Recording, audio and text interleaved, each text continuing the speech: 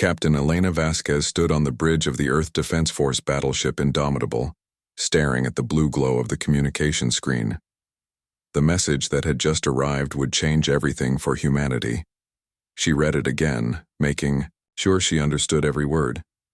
The transmission came from something called the Galactic Council. Elena had never heard of them before, but their message was clear and threatening. They claimed to represent 12 advanced alien civilizations that controlled most of the galaxy. According to their message, humanity was in serious trouble. "Captain, are you seeing this?" asked Commander Jackson, her second-in-command. His face was pale as he looked at his own screen. "They're saying we've committed crimes against galactic civilization." Elena nodded slowly. The message accused humans of causing ecological destruction and engaging in barbaric warfare across 17 star systems. It listed numbers that made her stomach turn. 400,000 alien deaths, 3 planets stripped of native life, dozens of unprovoked attacks on peaceful settlements. But Elena knew the truth was different.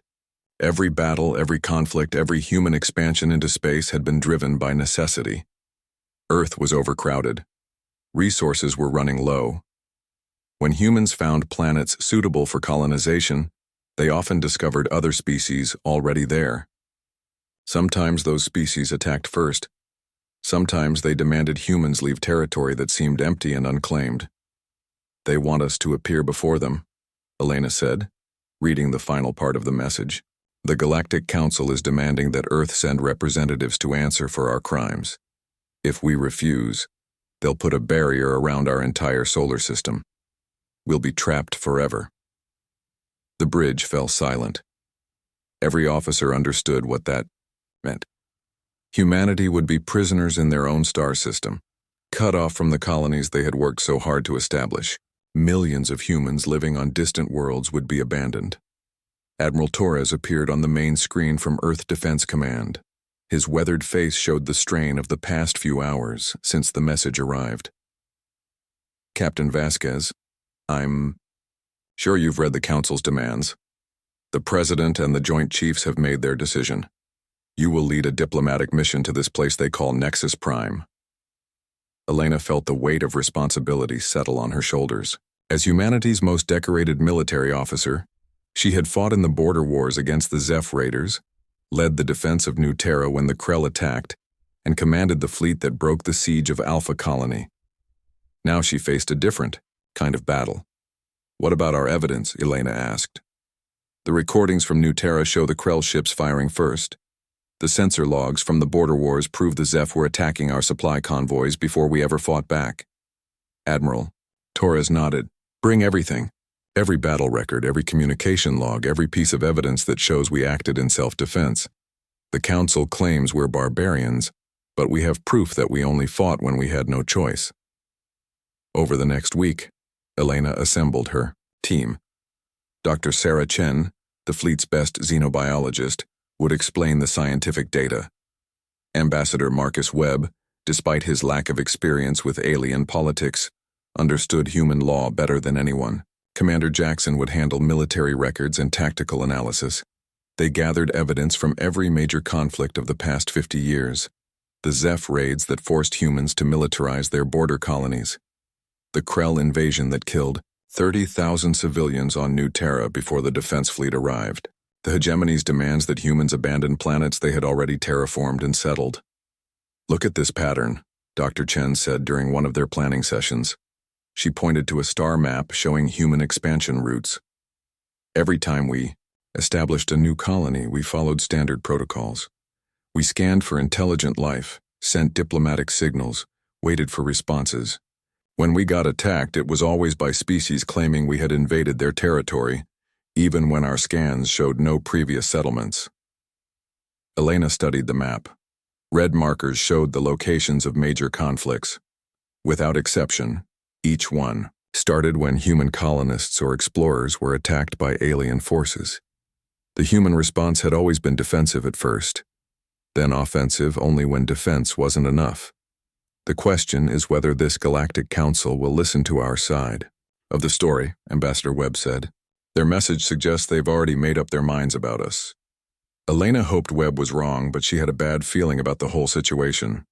The council's tone was that of judges pronouncing sentence, not mediators seeking truth. Still, humanity had to try.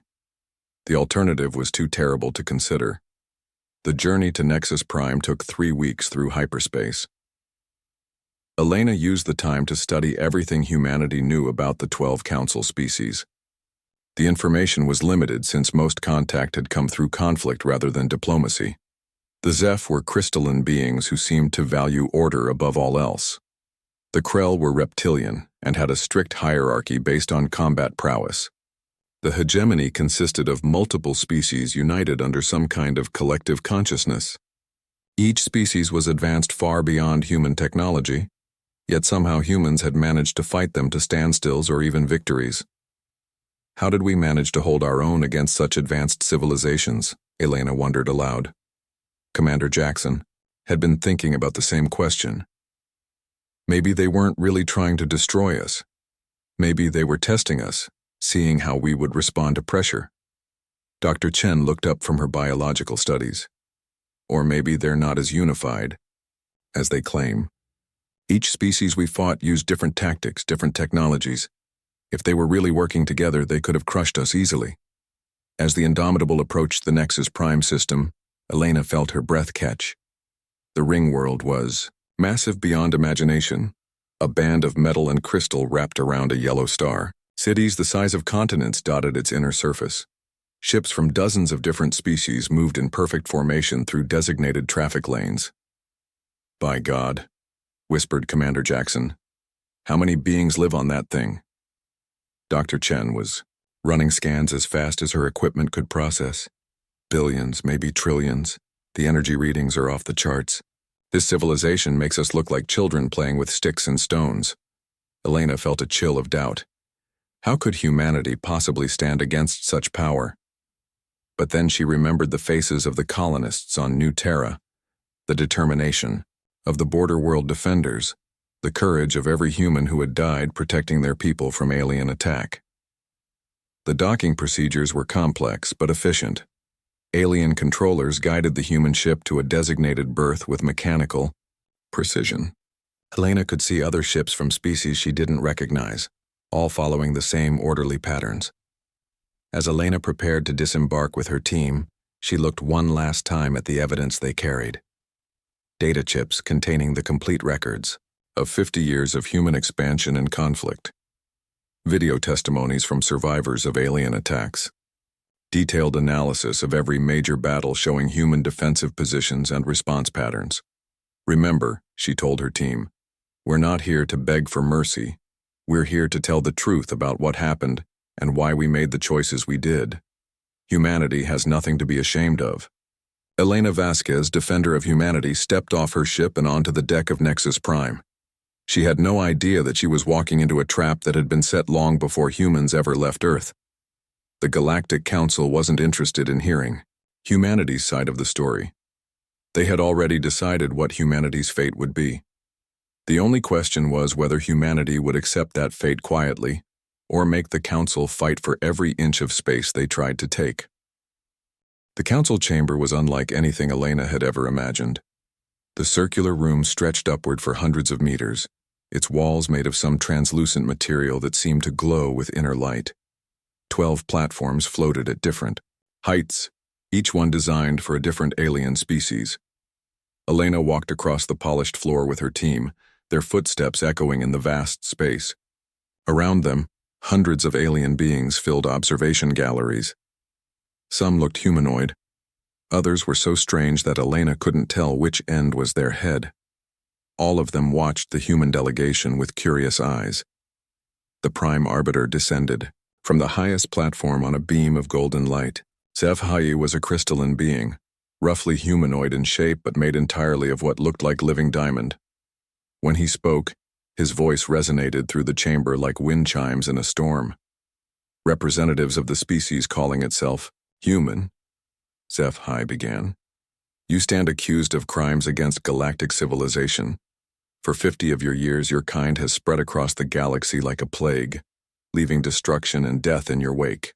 Elena felt her jaw clench. She had expected accusations, but the tone was that of a judge pronouncing sentence on convicted criminals.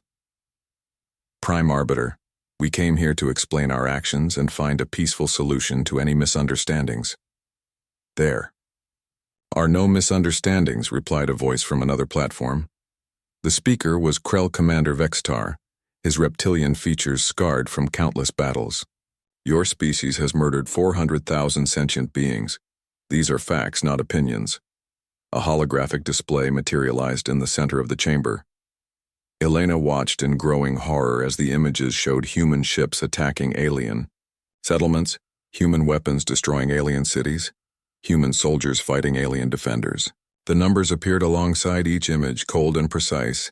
17 star systems affected by human expansion. 378,412 confirmed alien deaths. 3 planets completely sterilized of native life. 47 unprovoked attacks on peaceful settlements.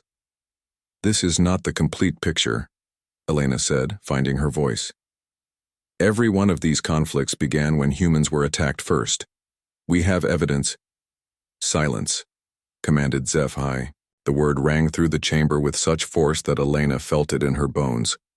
You will listen to the charges against your species, then you will be given the opportunity to speak. The presentation continued for over an hour. Elena watched. Familiar battle scenes replayed from alien perspectives. The defense of New Terra looked like an unprovoked human assault on a peaceful Krell research station. The border wars appeared to show human raiders attacking innocent Zeph trading posts. Every context was stripped away. Every piece of evidence showing alien first strikes was absent.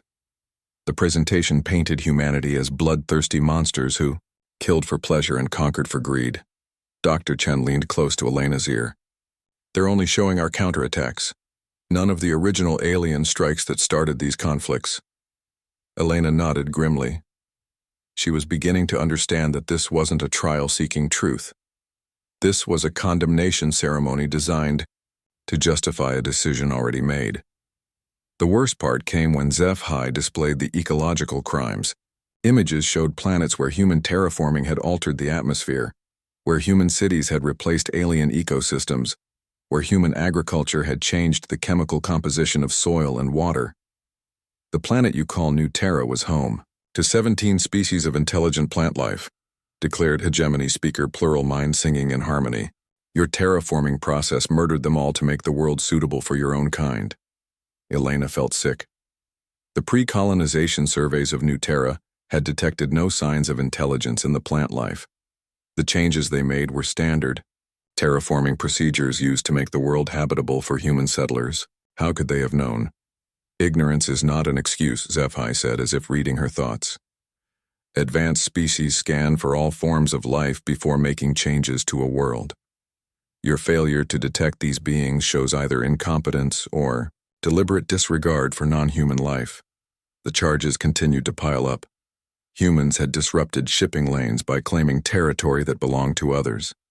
Human mining operations had destroyed sites sacred to various alien religions. Human military exercises had frightened peaceful species into abandoning their home systems. Ambassador Webb tried to interject several times, but each attempt was cut short by one of the council members.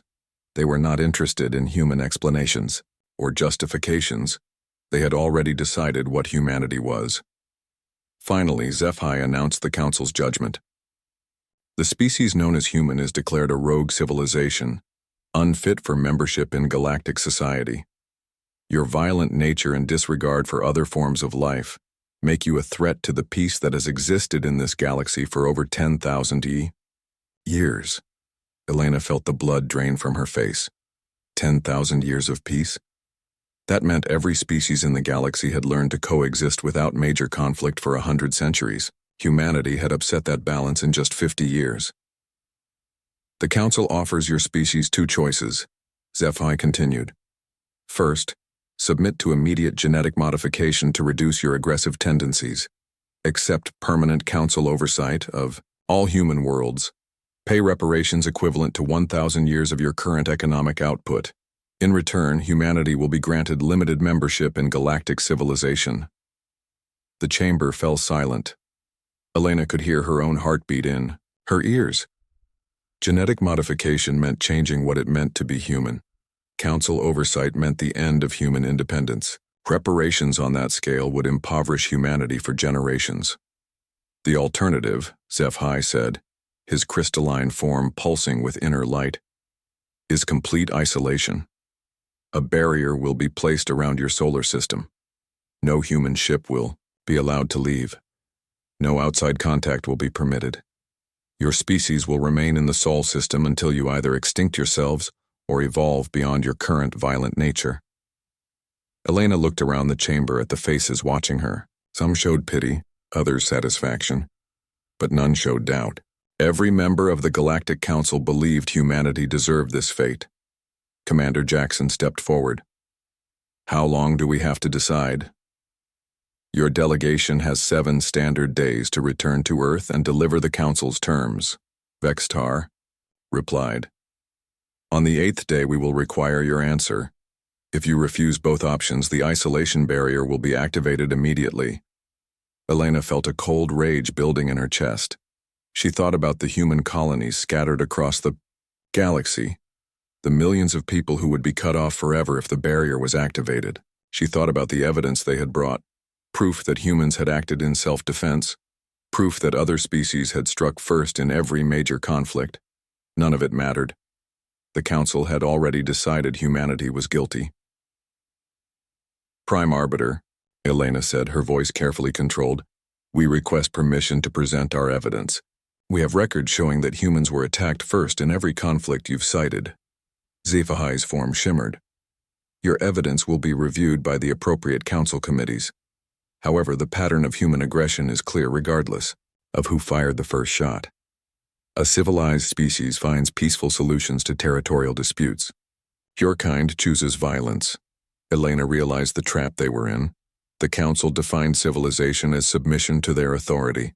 Any species that fought back, even in self-defense, was by definition uncivilized. Humanity's crime wasn't cruelty or conquest. Their crime was refusing to surrender when attacked. As the session ended and the council members departed, Elena stood in the vast chamber with her team.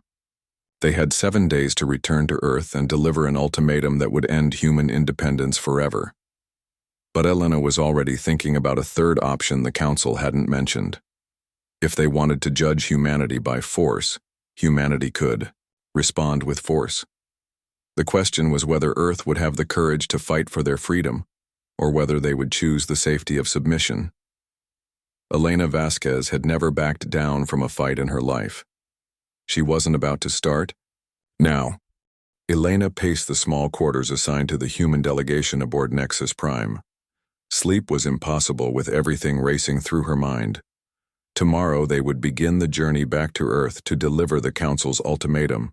But tonight, she needed answers. Dr. Chen, show me those biological scans again, Elena said. The ones from the Council species. Dr. Chen activated her portable analyzer and displayed the data she had gathered during their time on the Ring World. I've been studying the Council members and the other species here. Something doesn't add up, Captain. Elena studied the readouts. What do you mean? Look at the stress indicators, the hormone levels, the neural activity patterns. Every species here shows signs of what I can only call chronic suppression. Their natural aggressive responses have been dampened, their territorial instincts reduced. It's like they've all been conditioned to avoid conflict. Commander Jackson looked up from his tactical analysis. That would explain why there's been peace for 10,000 years. But how do you condition an entire species? Maybe the same way they want to condition us, Elena said grimly. Genetic modification. They said it would reduce our aggressive tendencies. Ambassador Webb had been quiet for hours, reviewing legal documents from Earth. Now he spoke up with a troubling observation. Captain, I've been thinking about something, HFY said. He mentioned that civilized species find peaceful solutions to territorial disputes. But what if the real message is that civilized species don't have territorial disputes at all? Elena felt a chill. Because they've learned not to want territory in the first place. Exactly. The Council doesn't prevent conflicts by mediating them. They prevent conflicts by removing the desire to have them. Every species that joins their civilization gets modified to accept whatever the council decides is best.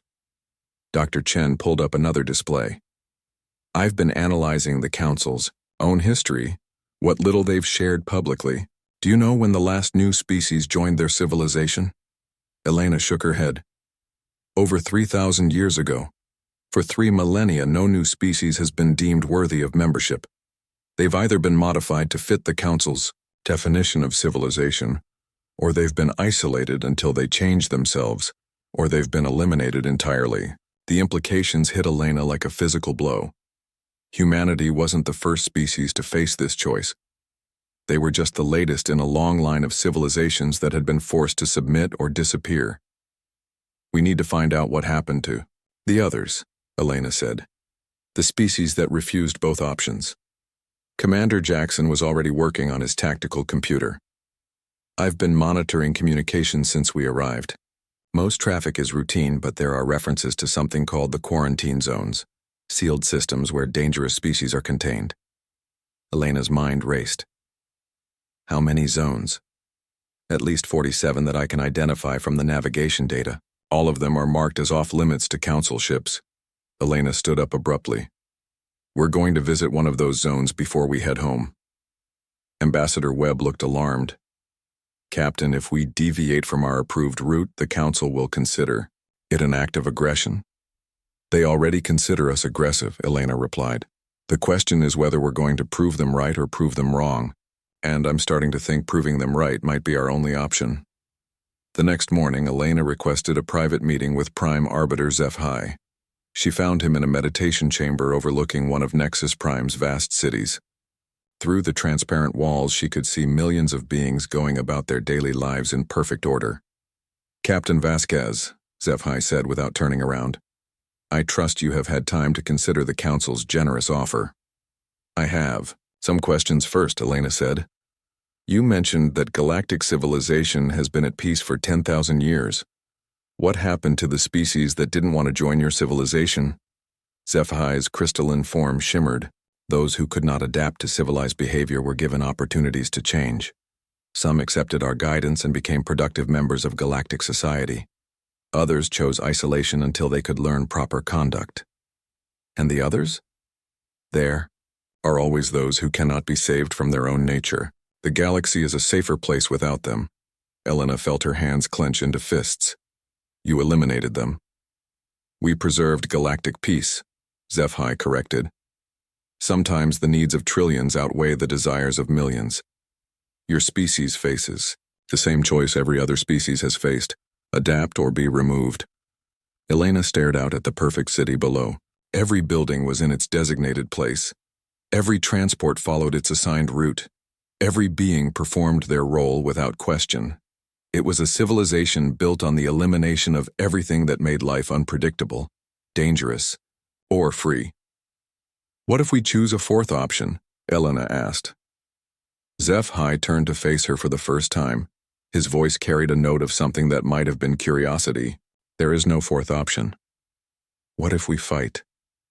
The crystalline being was silent for a long moment. Captain Vasquez, your species has fought several of our member civilizations and achieved temporary victories through cunning and desperation. Do you believe you could defeat all 12 of our species working together? Elena met his alien gaze steadily. I believe we could make you regret trying to cage us.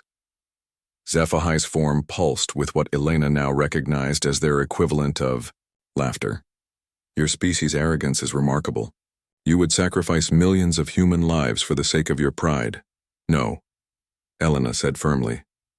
We would sacrifice millions of human lives for the sake of our freedom. There's a difference. Is there? Your people will die in the cold vacuum of space while our civilizations continue in peace and prosperity. What will their deaths accomplish? Elena thought about the border world colonists who had fought the Zeph Raiders rather than abandon their homes. She thought about the defenders of New Terra who had held their positions even when defeat seemed certain. She thought about every human who had chosen to fight rather than surrender when the odds were impossible. Our deaths will prove that some things are worth dying for, Elena said. even if the rest of the galaxy has forgotten that. SciFi considered her words. Perhaps that is why your species is so dangerous. You make others remember things they have chosen to forget. Elena felt a shock of understanding. The Council wasn't afraid of human military power, they were afraid of human example, a species that refused to submit, that chose death over domination, that fought impossible odds rather than accept defeat. Such a species could inspire others to remember their own suppressed desires for freedom. That's it, isn't it? Elena said. You're not worried about us conquering the galaxy, you're worried about us liberating it. HFY's silence was answer enough. Elena left the meditation chamber with her mind made up. The Council had revealed their true weakness. They ruled through the consent of species that had forgotten they could say no. Humanity's refusal to submit wasn't just about human freedom, it was about reminding the galaxy that freedom was possible. When she returned to her team, Elena found them studying new intelligence Commander Jackson had gathered about the quarantine zones. Captain, you need to see this, Jackson said. I've been monitoring deeper communication channels. The zones aren't just prisons, they're battlefields. Some of the quarantine species are still fighting. Elena looked at the data with growing excitement. How long have they been fighting? Some of them for thousands of years. They've never given up, never stopped trying to break free. Dr. Chen pulled up biological profiles. And they're still changing, still evolving. The Council can contain them, but they can't break them. Elena smiled for the first time since arriving at Nexus Prime. Humanity wasn't alone. Somewhere in the galaxy, other species were still fighting for their freedom. The Council's perfect peace was built on a lie. Ambassador Webb, Elena said, when we get back to Earth, you're going to help me write a very different kind of diplomatic message.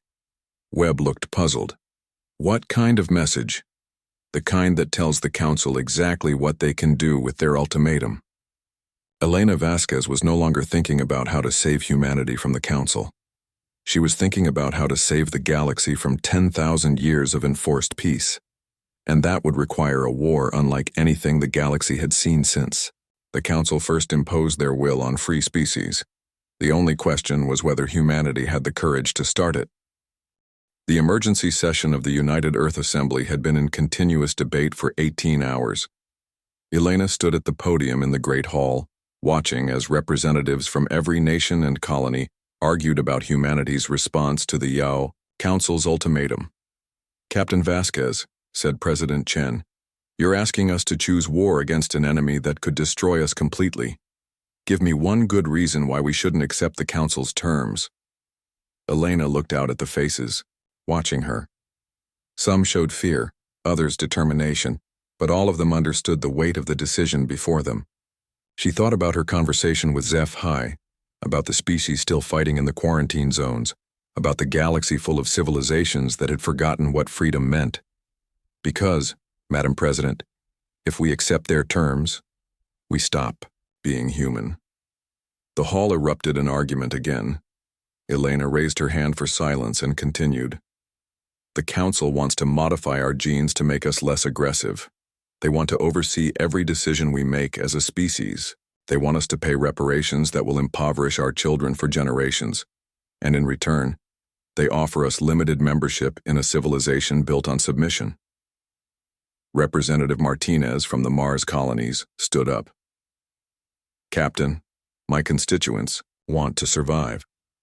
If genetic modification is the price of peace, maybe we should pay it. Elena understood his position. The Mars colonies were vulnerable, dependent on Earth for support. If the isolation barrier was activated, millions of colonists would be cut off from their homeworld. Representative Martinez, let me tell you what genetic modification really means. Dr. Chen has analyzed the Council species. Every one of them has had their natural instincts suppressed. They don't feel territorial urges. They don't compete for resources.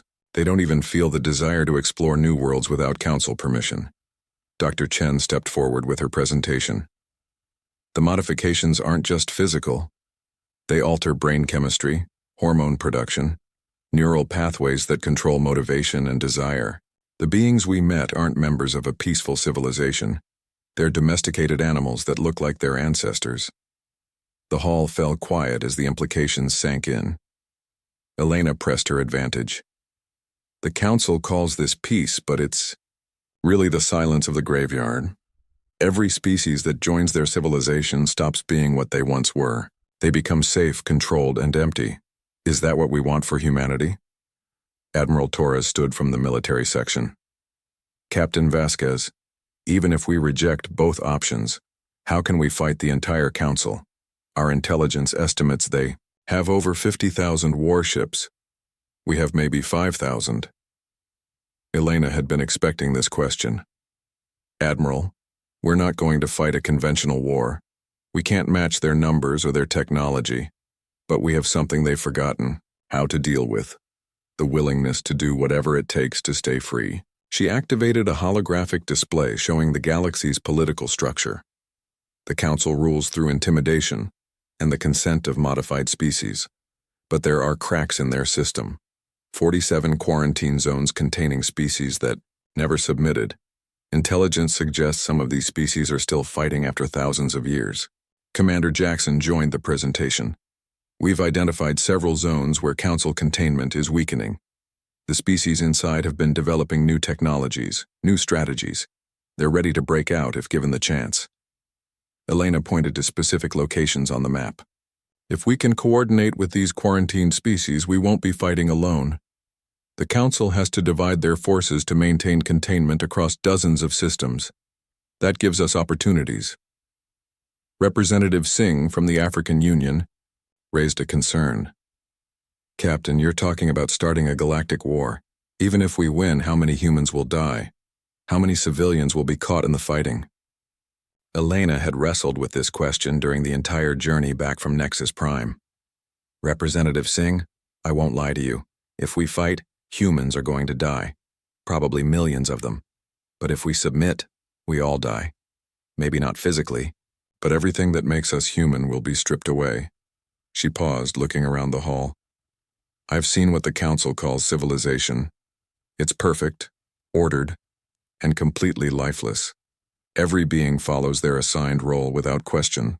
There's no art that challenges authority, no science that explores dangerous ideas, no dreams that reach beyond what the council considers safe. President Chen leaned forward. And you believe we can actually win this war? I believe we can show the galaxy that the council isn't invincible. Elena replied. We don't have to conquer them. We just have to prove that their system can be challenged.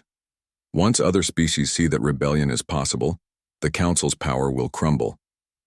Elena activated another display showing human military capabilities. We have advantages the council doesn't expect. Our ships are designed for independent operation. Our commanders are trained to think tactically, not just follow orders. Our soldiers know how to improvise when plans go wrong. More importantly, added Admiral Torres, we have nothing to lose. Every human in this fight will be fighting for their children's freedom. That's a motivation the council species haven't felt in thousands of years. The debate continued for hours, but Elena could see opinion shifting. The initial fear was giving way to anger, as representatives understood what the council really wanted from humanity. Finally, President Chen called for a vote. The question before this assembly is whether to reject the Galactic Council's ultimatum and choose resistance over submission. All in favor? Elena held her breath as hands rose throughout the hall. The count seemed to take forever. The motion passes, President Chen announced. By a vote of 847 to 312, humanity chooses to fight. Elena felt a mixture of relief and terror. They had chosen the harder path, the dangerous path, but they had chosen it freely. Over the next 6 days, Elena worked with military leaders across the Earth to prepare for what was coming. The entire Earth Defense Force was mobilized. Colony militias were activated. Emergency protocols were implemented to protect civilian populations. But the most important preparation was the message Elena composed for the Galactic Council. On the 7th day, Elena returned to Nexus Prime with a single ship. She stood once, again in the council chamber, facing the 12 platforms where alien judges waited for humanity's answer. Prime Arbiter HFY, Elena said, her voice carrying clearly through the vast space. I have returned with humanity's response to your ultimatum. HFY's crystalline form pulsed with anticipation. Captain Vasquez, what is your species' decision? Elena looked around the chamber at the assembled aliens. Some looked confident, others curious, but none looked worried. They expected humanity to submit like every other species had done for 10,000 years. Humanity rejects both of your options, Elena said clearly. We will not submit to genetic modification. We will not accept council oversight. We will not pay reparations for defending ourselves against unprovoked attacks. The chamber erupted in shocked whispers. HFY's form blazed with angry light. Then you choose isolation. The barrier will be activated immediately. Elena smiled. No, Prime Arbiter. We choose a fourth option that you seem to have forgotten exists. We choose to fight. Your defiance is meaningless, snarled Krell Commander Vextar. Your species will be contained and eventually eliminated. Elena's smile widened. Commander Vextar, I need to tell you something about humans. We've spent our entire history fighting impossible odds. We've defeated enemies who outnumbered us, outarmed us, and outsmarted us. Do you know how we did it? Vexitar's reptilian features showed confusion. How? We refused to quit. When victory was impossible, we kept fighting anyway. When the odds were hopeless, we found a way to make them worse for our enemies. And when faced with the choice between freedom and safety, we chose freedom every single time. Elena looked directly at HFY. You want to judge humanity, Prime Arbiter? Then come and try. But know this, we will make you regret every ship you send against us, every world you attack, every human life you take. And before this war is over, the galaxy will remember what it means to be free. The human captain turned and walked out of the council chamber, leaving the assembled aliens in stunned silence. Behind her, she could hear angry voices already planning humanity's destruction. Elena Vasquez had just declared war on the most powerful force the galaxy had known for 10 millennia. As she boarded her ship to return to Earth, she wondered if she had just doomed her species or saved them. Only time would tell whether humanity's courage would be enough to break 10,000 years of enforced peace. 6 months after Elena's declaration of war, the galaxy burned with a kind of conflict it had not seen in 10,000 years.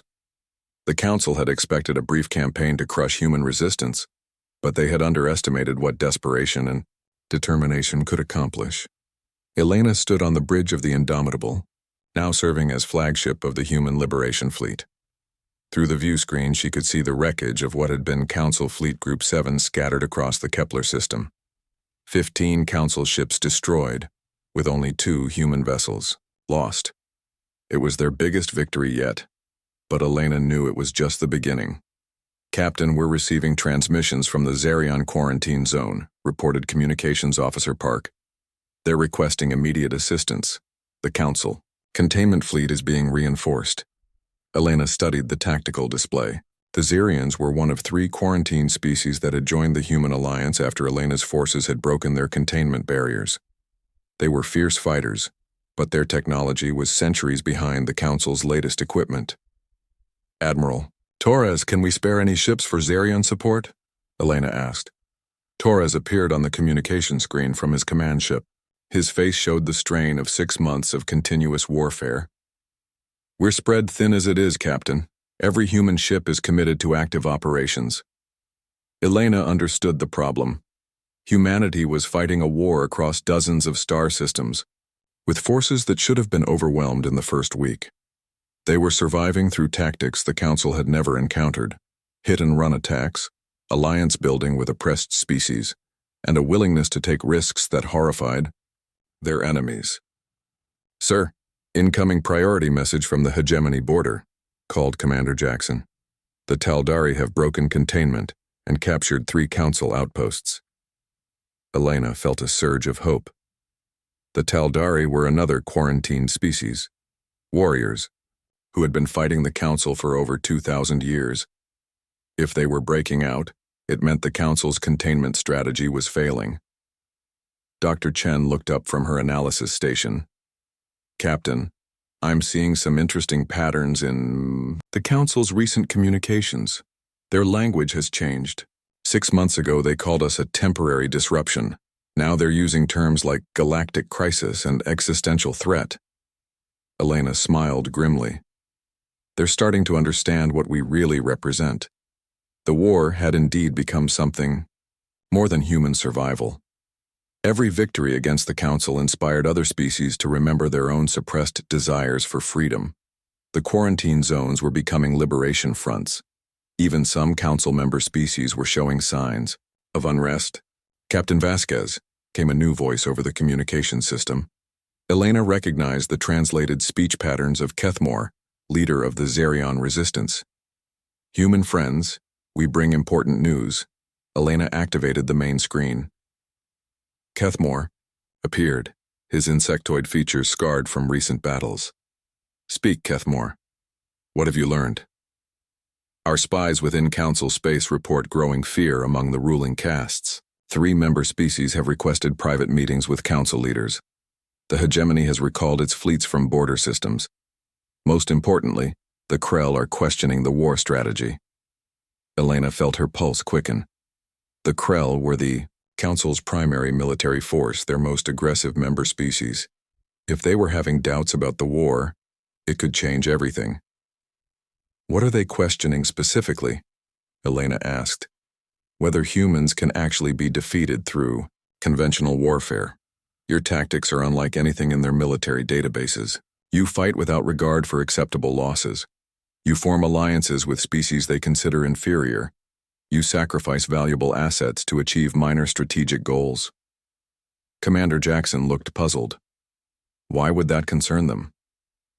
Elena understood, immediately. Because it means we're not following their rules. The Council has spent 10,000 years dealing with civilized opponents who fought in predictable ways. We're fighting like barbarians, and it's working. Admiral Torres joined the conversation from his ship. Captain, we've just received reports from the Rigel sector. Human forces have successfully extracted the entire Yeth population from their containment world. That's over 2 million beings now free from Council control. Elena studied the galactic map, noting the growing areas marked in green for liberated systems. The red zones showing Council control were shrinking, not because humans were conquering territory, but because oppressed species were rising up throughout the galaxy. Dr. Chen, what's your analysis of Council military effectiveness over the past 6 months? Dr. Chen brought up her data. Declining steadily, Captain. Their response times are getting slower. Their coordination between fleets is breaking down. Most importantly, their casualties are running much higher than they're used to. Elena nodded. The Council had built their military to maintain order, not to fight a real war. Their ships were designed to intimidate and control, not to engage, in desperate combat against opponents with nothing to lose. A priority alert flashed on Elena's screen. Captain, we're receiving a transmission directly from Nexus Prime. It's Prime Arbiter HFY. Elena felt a moment of surprise. Direct communication from the Council leadership was unprecedented. Put him through. HFY's crystalline form appeared on the main screen, but Elena noticed changes. His usual perfect symmetry was marred by stress fractures. His inner light flickered unsteadily. Captain Vasquez, HFY said, his harmonic voice strained. The Council wishes to discuss terms for ending this conflict. Elena kept her expression neutral. I'm listening, Prime Arbiter. Your species has proven more resilient than anticipated. The Council is prepared to offer modified terms for human integration into galactic civilization, reduced genetic modification requirements, limited autonomy for human worlds, decreased reparation payments. Elena looked around her bridge at the faces of her crew. 6 months ago, such an offer might have seemed like victory. Now it felt like surrender. Prime Arbiter, I have a counter-proposal. Complete Council withdrawal from all quarantined systems. Recognition of the independence of all liberated species. Dismantling of the genetic modification programs. And formal recognition that no species can be forced to join galactic civilization. HFY's form blazed with anger. Impossible. Such terms would destroy 10,000 years of galactic peace. Elena leaned forward. Prime Arbiter, let me tell you what I've learned about your peace. It's not peace at all. It's the silence of the defeated. It's the stillness of species that have forgotten how to dream. It's the order of a graveyard where nothing grows and nothing changes. She gestured to the tactical display showing the spreading rebellion. Look at what's happening across the galaxy. Species that haven't fought in millennia are remembering how to resist. Worlds that accepted council rule without question are demanding their freedom. Your perfect order is crumbling because it was built on lies. HFY's voice carried a note of desperation. Without council authority, the galaxy will descend into chaos. Species will war against each other. Billions will die in conflicts we have prevented. Elena stood up, facing the alien leader directly. Maybe some will fight. Maybe some conflicts are necessary. But at least they'll be fighting for something that matters to them, not living as prisoners in a cage they're too drugged to see. She paused, thinking about all the humans who had died in the past 6 months, all the alien allies who had sacrificed everything for a chance at freedom. The galaxy doesn't need your kind of peace, Prime Arbiter. It needs the chance to find its own way, make its own mistakes, and earn its own victories. That's what freedom means, the right to succeed or fail by your own choices. HFY was silent for a long moment. When he spoke again, his voice carried the weight of defeat. Then this war will continue until one of us is completely destroyed. Elena nodded grimly. If that's what it takes. The transmission ended, leaving the bridge in silence. Elena looked around at her crew, seeing the same mixture of determination and fear she felt herself. Captain, Commander Jackson said quietly, do you think we can actually win this? Elena thought about the question. Human forces were outnumbered, 50-1. The Council still controlled most of the galaxy. Victory in any conventional sense seemed impossible. But then she thought about the Xerians breaking free from their containment. She thought about the Taldari capturing Council outposts. She thought about species throughout the galaxy remembering what it felt like to say no to authority. Commander, 6 months ago, the Council ruled a galaxy where no one even imagined resistance was possible. Today, dozens of species are fighting for their freedom, and the Council is offering us terms instead of ultimatums. Maybe we can't conquer them, but we've already proven something more important. Elena looked out at the stars beyond the view screen, thinking about all the worlds where beings were choosing freedom over safety, hope over certainty. We've proven that their system can be broken. We've shown the galaxy that the Council isn't invincible, and most importantly, we've reminded everyone what it means to be free. Elena Vasquez, defender of humanity and liberator of the galaxy, returned to her command chair.